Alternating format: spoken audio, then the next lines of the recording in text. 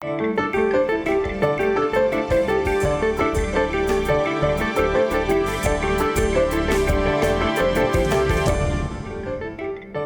I'm Hazem Seeker. This is Counting the Cost on Al Jazeera, your weekly look at the world of business and finance.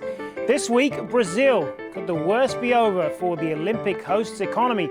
They've had a rough time since 2015. Find out if the storm clouds are breaking. Also this week, the business of football.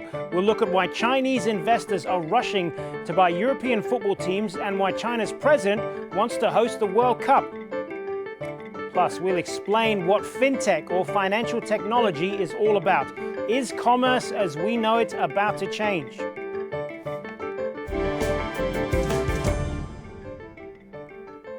The 2016 Rio Olympics have showcased Brazil on the world stage for the past couple of weeks, but the Games come at a time of great political and economic upheaval for the millions of people who live there. In Rio's poorest neighborhoods, or favellas, they face hardship on a daily basis.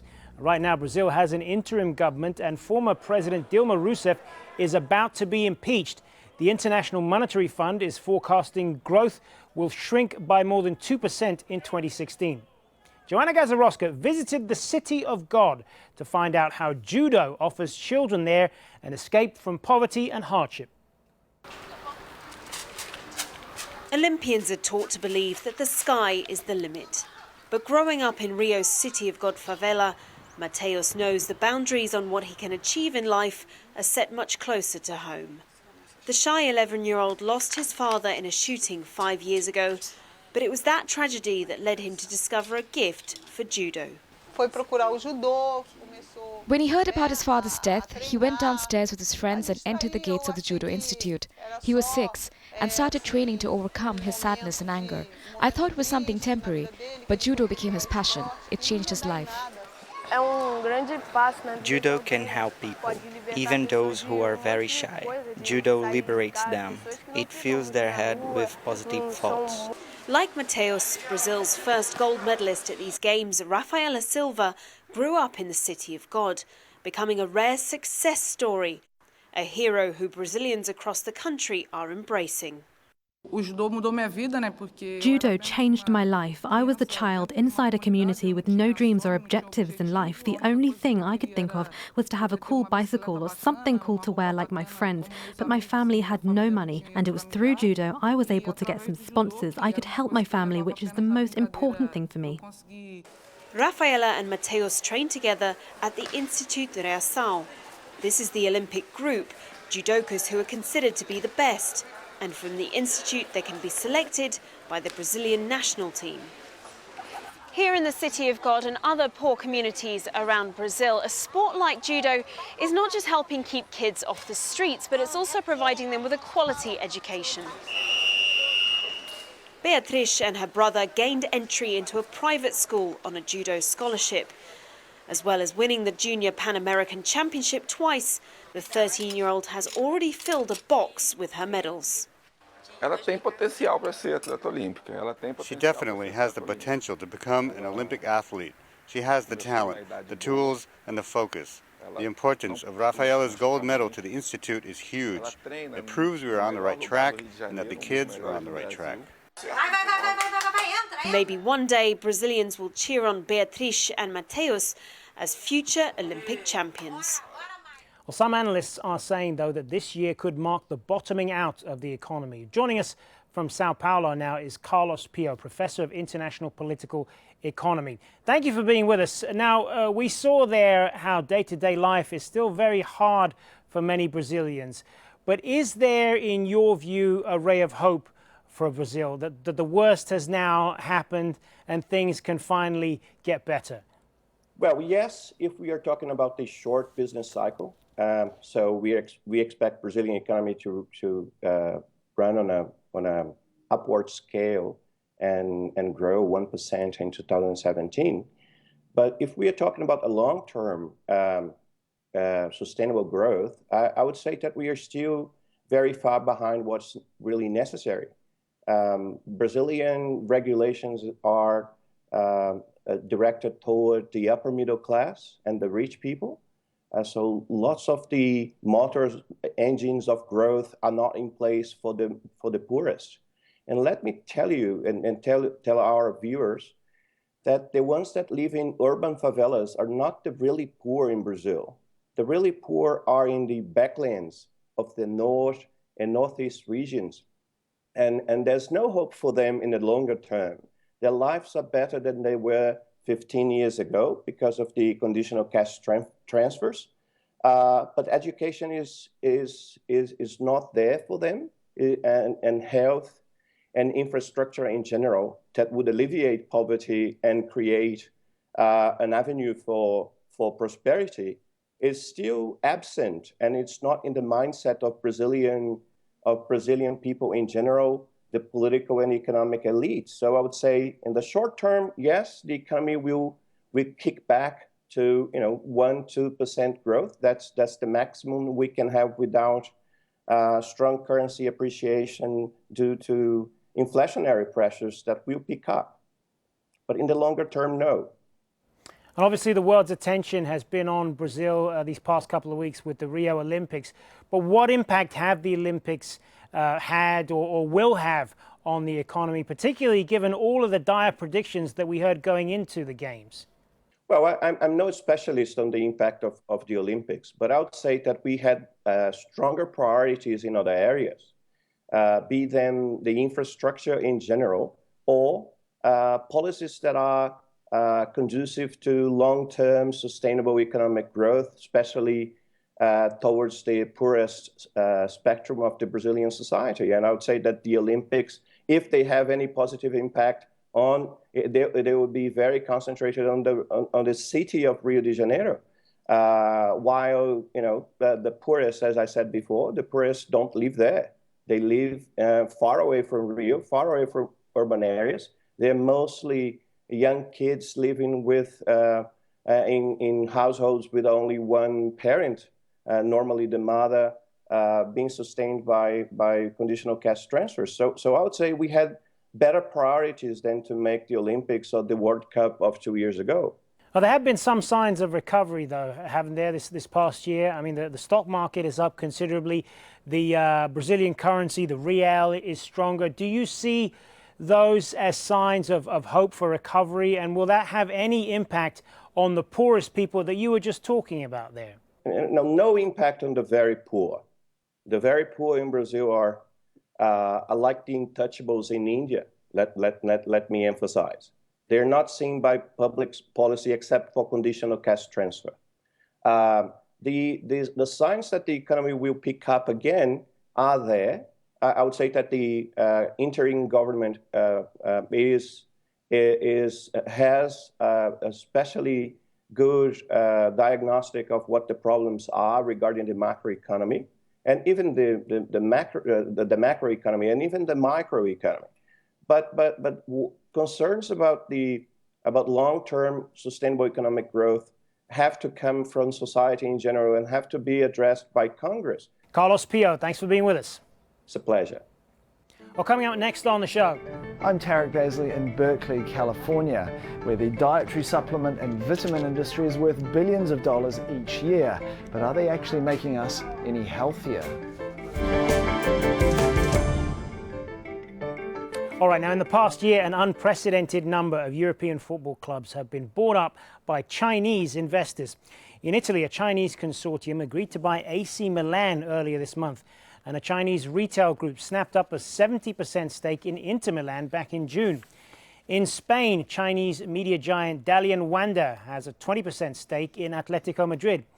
And in England, Aston Villa, West Bromwich Albion and Wolverhampton Wanderers all have Chinese owners.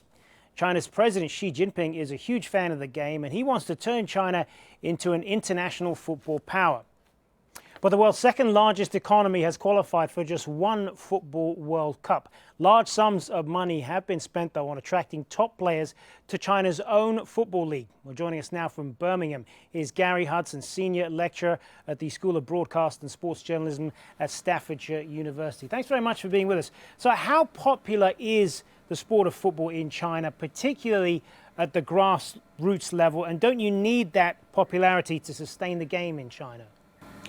I think you do. I think you're absolutely right. You can buy in expertise from outside, and obviously at the top level you've got people like Louis-Philippe Scolari and Sven-Göran Eriksson, famous managers, and some famous players who've gone over there for the money. But it's really the grassroots where you find that the growth they're expecting is going to come from. For example, they're expecting 50 million people to be playing the game within 3 years. That's adults and children. Well, that's an awful high expectation. The plan from the Chinese Football Association for 20,000 training centres, 50,000 pitches, all sounds very ambitious, but you've got to have people playing it. Now, the last time I was in China, I noticed David Beckham's picture on a bag of sweets in a shop. And I also noticed one youth, this was a few years ago, with the Michael Owen on his back, an England shirt, which was quite surprising. But no real evidence of a massive cultural impact of what is the global game. So what difference is government support making in all of this? I mean, how important is state backing? I mean, it's well known that President Xi wants to expand the game in China. He wants China to host the 2026 World Cup. How much of a difference is all of that making? Well, it's a massive difference, obviously, because it's still a totalitarian regime. And so therefore, when the president says something, everybody jumps to that particular tune.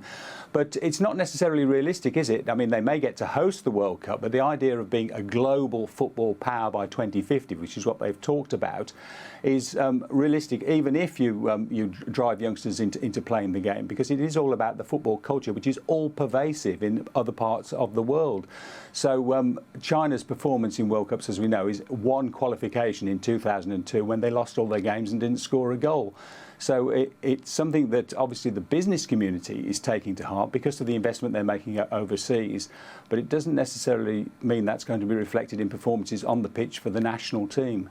So let's talk a little bit more about that then. The fact that Chinese businesses are buying all these foreign clubs. If there is such great potential for the domestic game, how do you explain the rush to invest in teams outside of China? I mean, where does this fit into the overall picture of football in China? Does it fit at all? Well, it doesn't so much fit into the picture of football in China as into the business expansion of Chinese interests. I mean, Chinese business has been courted by Great Britain, for example. The former Chancellor of the Exchequer, George Osborne, went to China cap in hand expecting to get money for things like the controversial Hinkley Point nuclear station, which is now on hold because of the new Prime Minister and the new regime here. But you've got people taking it as a green light to go for investment in, for example, football clubs. And within 15 miles of where I'm sitting, there are 3 clubs that have gone to Chinese ownership within the last few months. There's Aston Villa, Wolverhampton Wanderers, both in the Championship and would be regarded as sleeping giants and therefore have potential.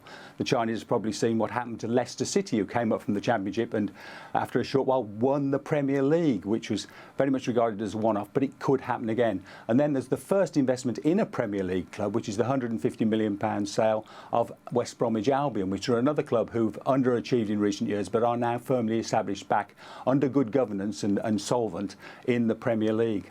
And as you know, there's been quite a negative image of Chinese football in the last couple of years. All these stories about corruption and match fixing in the domestic game. Do you think that they've finally put that behind them?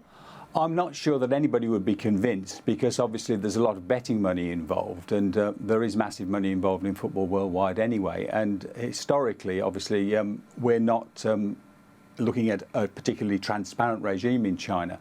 But I think they will have to clean up their act and convince the football authorities that they've done so if they're to host a World Cup.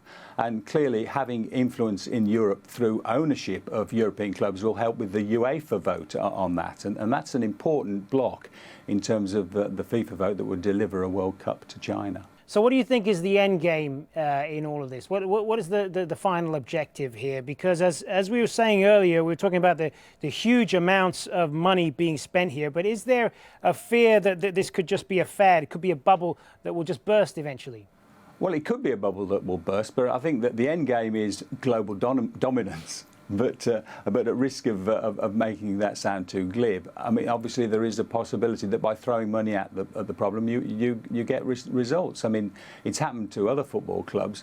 The interesting thing about the investment in the UK clubs is that is rather more of a gamble because clearly there was only one Leicester City. It's a unique experience so far in English football, and so investing in the home of sleeping giants, which is the Championship, people like Wolverhampton Wanderers and Aston Villa, is very much a gamble. Gary Hudson, thanks very much for being with us. Thank you.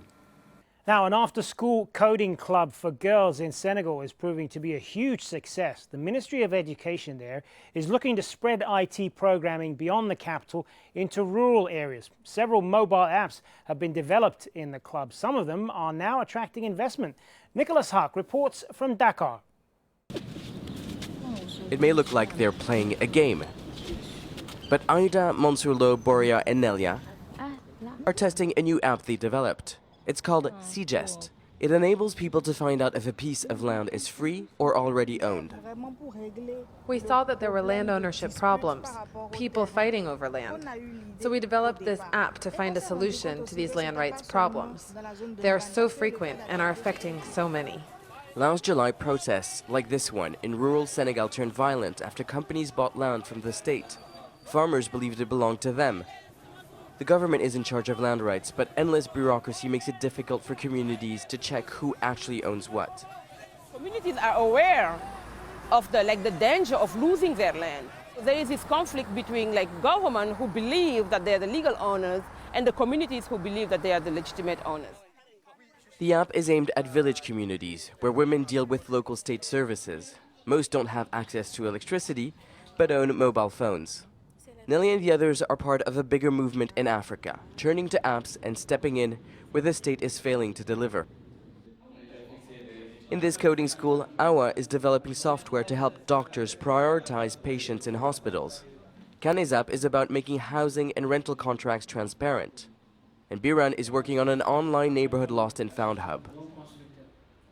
These are young innovators developing apps to meet local demands, trying to find solutions for problems in Senegal and West Africa specifically.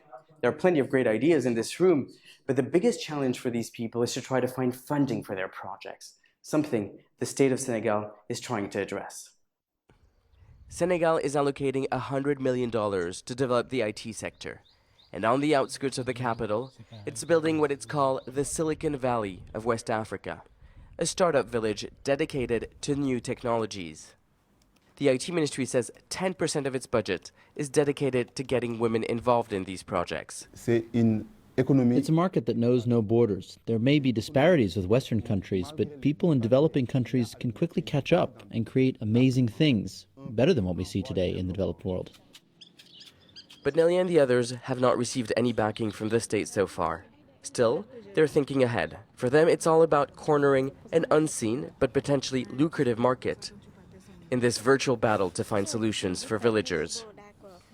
Well, let's get more now on the fast-changing world of financial technology, better known as FinTech. These days, many people use mobile phone applications to check their bank balance. From Stockholm to Mumbai, it's even possible to have a purely mobile bank which doesn't have any physical branches. There are new ways to verify online payments. MasterCard already lets customers use selfies to approve internet purchases. No need to remember your password.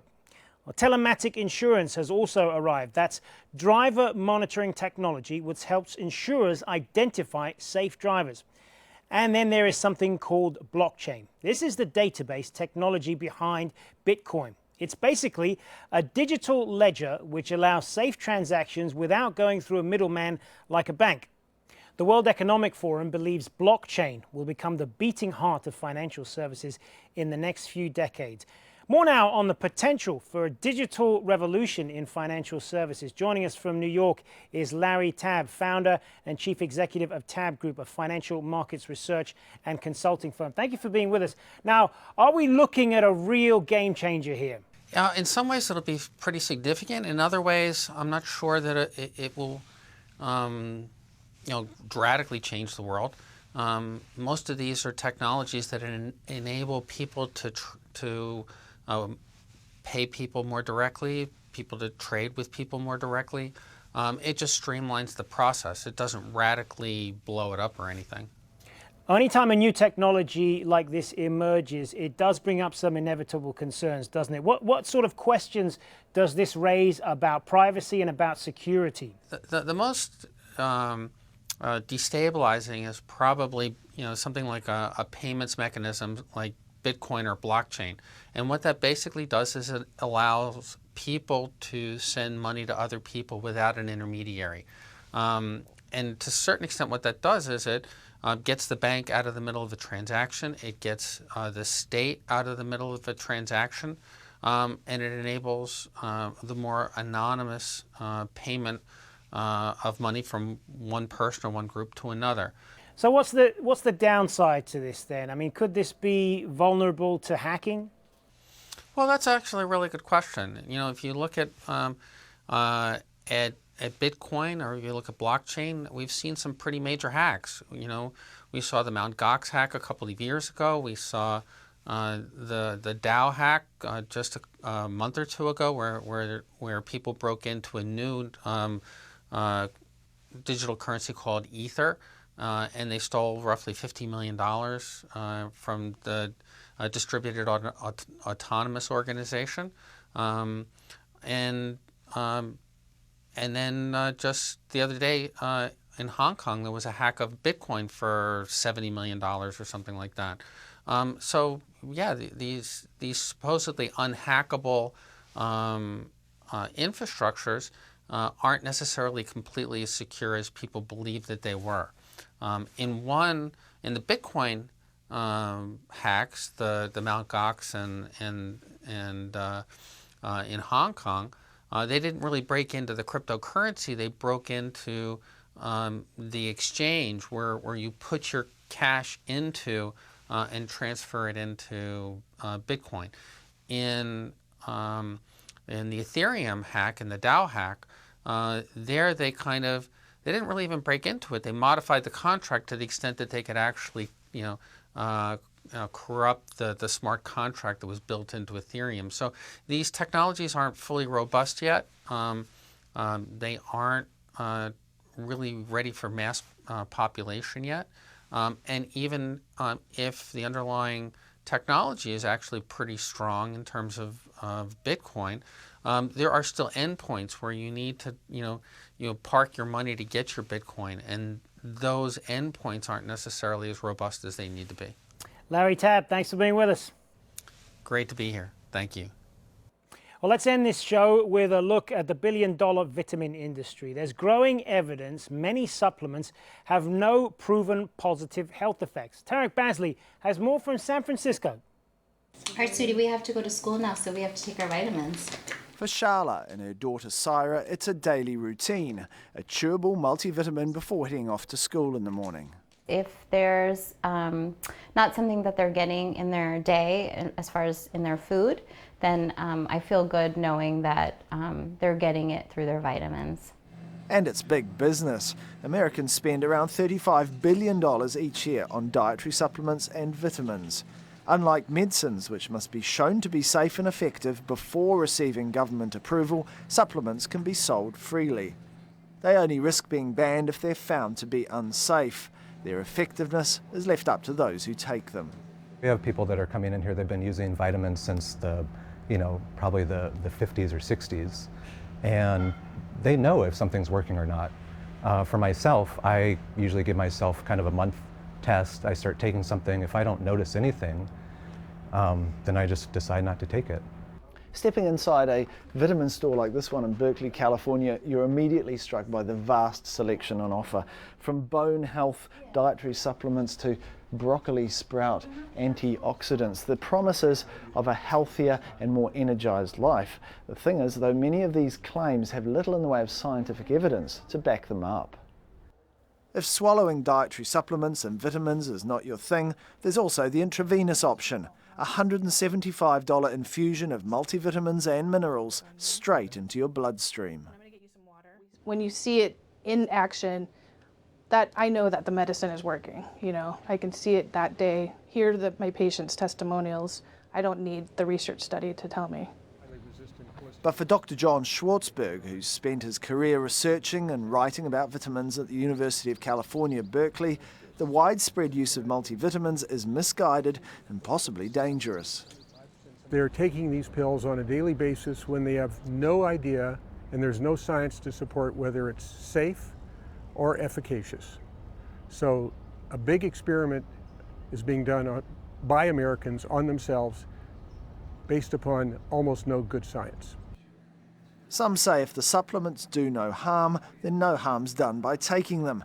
But without proof of any positive health benefits, there's a strong case for spending instead on something packed with minerals and vitamins and proven to be good for you. Quality, fresh food. And that is our show for this week, but there's much more for you online at aljazeera.com/CTC. That'll take you straight to our webpage, which has individual reports, links, and entire episodes for you to catch up on. You can also get in touch with us by tweeting me at Hazem Seeker, and do use the hashtag AJCTC when you do, or drop us an email. countingthecost@aljazeera.net is our address. That is it for this edition of Counting the Cost. I'm Hazem Seeker from the whole team. Thanks for joining us. The news on Al Jazeera is next.